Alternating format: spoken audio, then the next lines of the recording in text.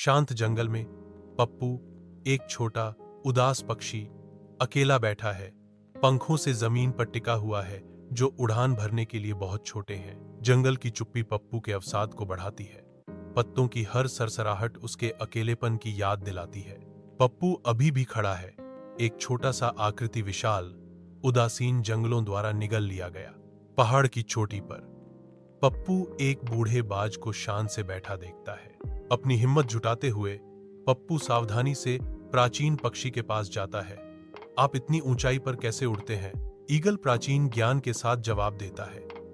हर पक्षी की अपनी शैली होती है और आपको अपनी ताकत को पहचानना होगा। जंगल के हृदय में पप्पू की मधुर आवाज हवा में भर जाती है, जो हर प्राणी को मोहित करती है। वन के जानवर इकट्ठा होते हैं, उनके चेहरे खुशी से चमकते हैं क्योंकि वे पप्पू का गाना सुनते हैं। पप्पू अपनी छोटी पंखों की शक्ति को महसूस करता है, जो पूरे जंगल में खुशी और आनंद फैलाता है।